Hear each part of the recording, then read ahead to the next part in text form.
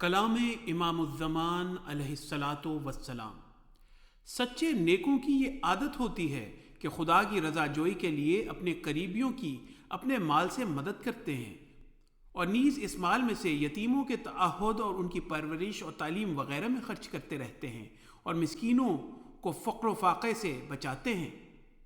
اور مسافروں اور سوالیوں کی خدمت کرتے ہیں، اور ان مالوں کو غلاموں کو آزاد کرانے کے لیے اور قرض داروں کو سبکدوش کرنے کے لیے بھی دیتے ہیں، اور اپنے خرچوں میں نہ تو اسراف کرتے ہیں، نہ تنگ دلی کی عادت رکھتے ہیں، اور میانہ روش چلتے ہیں،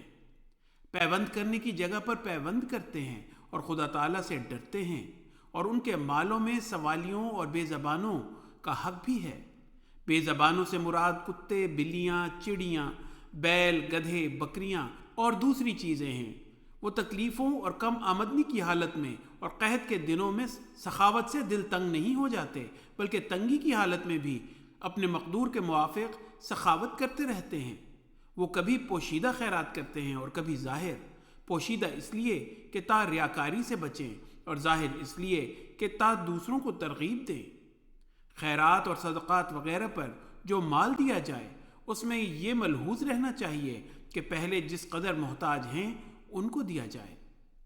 حوالہ اسلامی اصول کی فلسفی، روحانی خزائن، جلد نمبر 10، صفحہ 357۔